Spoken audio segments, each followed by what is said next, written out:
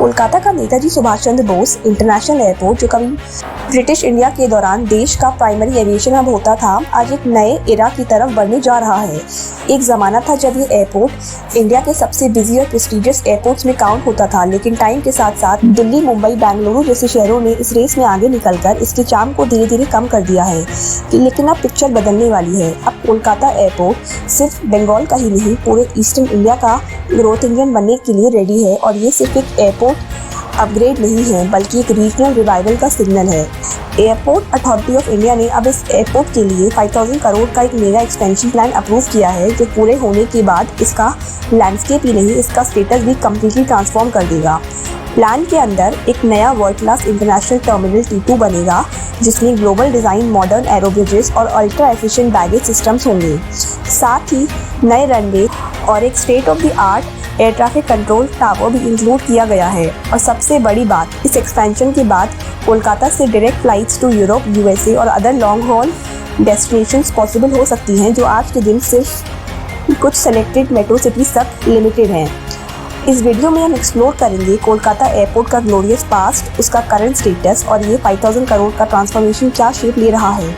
आपको मिलेगा नया टर्मिनल का डिज़ाइन और कंप्लीशन टाइमलाइन, इसका इकोनॉमिक और रीजनल इम्पैक्ट, और सबसे क्रूशियल ये कैसे पूरे east India, north east India और इवन साउथ ईस्ट एशिया के लिए स्ट्रेटेजिक एविएशन हब बनने जा रहा है।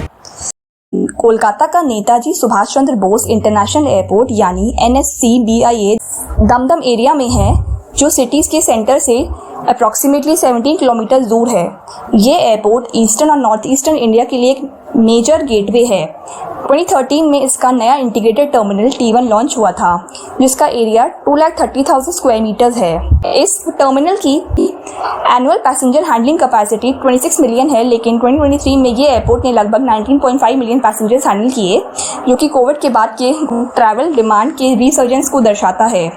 टर्मिनल T1 में 128 skewed enabled check in counters, 78 immigration counters, 12 custom counters और 18 एरो ब्रिजेस हैं। इसके अलावा 57 रिमोट पार्किंग बेस भी हैं। रनवेज की लेंथ 3627 मीटर्स है, जो वाइड बॉडीड एयरक्राफ्ट जैसे बोइंग 777 और एयरबस A350 को हैंडल कर सकता है। कार्गो ऑपरेशंस के लिए एयरपोर्ट में कोल्ड पेरिशेबल कार्गो फैसिलिटी है, जिसका एरिया 742.5 स्क्वायर मीटर्स है और annual storage capacity 12,000 million turns है। ये फैसिलिटी बंगाल के फिशरीज, टी और टेक्सटाइल एक्सपोर्ट्स के लिए इम्पॉर्टेंट है। कनेक्टिविटी की बात करें तो अभी कोलकाता से 15 इंटरनेशनल और 49 डोमेस्टिक डेस्टिनेशंस के लिए फ्लाइट्स ऑपरेट होती हैं। डेली एयरक्राफ्ट मूवमेंट्स 400 के आसपास हैं, जो कि प्री पेंडेमिक 264 से काफ़ी ज़्यादा हैं। आप सोच रहे होंगे, जब ऑलरेडी एक मॉडर्न टर्मिनल है तो एक्सपेंशन की ज़रूरत क्या है। एयरपोर्ट की existing capacity 26 million passengers per annum है, लेकिन प्रोजेक्शन के मुताबिक ये 2030 तक एग्जॉस्ट हो जाएगी। कोविड के बाद की ट्रैवल डिमांड तेज़ी से इंक्रीज़ हुई है, स्पेशली टियर 2 और टियर 3 सिटीज़ से। इंटरनेशनल एयरलाइंस भी कोलकाता को एक पोटेंशियल हब के रूप में देख रही हैं, लेकिन लिमिटेड स्लॉट्स और इंफ्रास्ट्रक्चर कंस्ट्रेंट्स के कारण एक्सपेंशन क्रूशियल हो गया है। एयरपोर्ट अथॉरिटी ऑफ इंडिया ने एक एम्बिशियस एक्सपेंशन प्लान अनाउंस किया है, जिसका टोटल बजट 5000 करोड़ है। इस प्लान के अंदर एक नया टर्मिनल T2 बनाया जाएगा, जिसका डिज़ाइन यू शेप्ड होगा। इस टर्मिनल की annual passenger handling capacity 11 million होगी और इसमें 21 एरो ब्रिजेस होंगे, जो एग्जिस्टिंग T1 के 18 एरो ब्रिजेस से ज़्यादा हैं। T2 का floor space 13 lakh square feet होगा, जबकि T1 का 20 लाख स्क्वायर फीट है।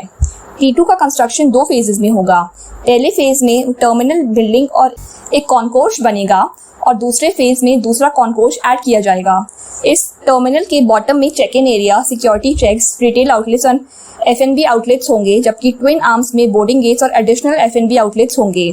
इसके अलावा एक नया एयर ट्रैफिक कंट्रोल टावर और टेक्निकल कॉम्प्लेक्स भी बनाया जा रहा है, जिसका बजट 350 करोड़ है।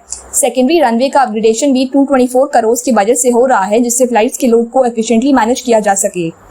एक्सपेंशन प्रोजेक्ट का अप्रूवल मार्च 2024 में मिला और कंस्ट्रक्शन का काम अर्ली 2025 में शुरू हुआ। T2 का कंप्लीशन टारगेट 2029 है। उसके बाद एग्जिस्टिंग T1 को एक्सक्लूसिवली डोमेस्टिक ऑपरेशंस के लिए रीपर्पस किया जाएगा, जिससे उसकी capacity 34 million passengers per annum हो जाएगी। इस तरह 2032-33 तक कोलकाता एयरपोर्ट की total passenger handling capacity 45 million per annum हो जाएगी। ये एक्सपेंशन सिर्फ इंफ्रास्ट्रक्चरल ग्रोथ नहीं है बल्कि एक स्ट्रेटेजिक मूव है। कोलकाता अपनी ज्योग्राफी के कारण ईस्टर्न इंडिया, नॉर्थ ईस्ट और साउथ ईस्ट एशिया के लिए एक नेचुरल गेटवे है।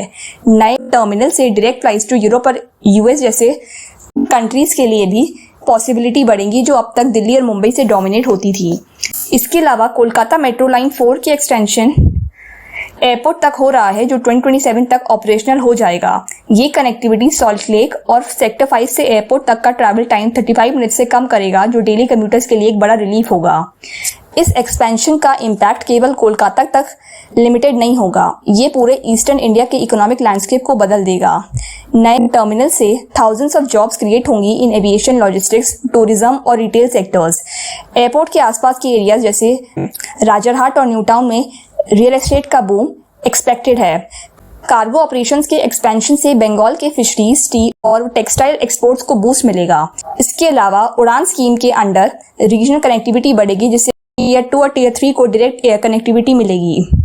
कोलकाता का नेताजी सुभाष चंद्र बोस इंटरनेशनल एयरपोर्ट सिर्फ एक एविएशन फैसिलिटी नहीं है बल्कि ईस्टर्न इंडिया इकोनॉमिक और इंफ्रास्ट्रक्चर का एक सिंबल बनने जा रहा है।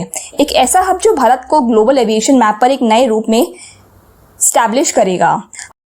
आपके क्या थॉट्स हैं? अपने ओपिनियंस कमेंट सेक्शन में शेयर करें। अगर आपको ये वीडियो इन्फॉर्मेटिव लगा हो तो वीडियो को लाइक करें, शेयर करें और चैनल को सब्सक्राइब करें।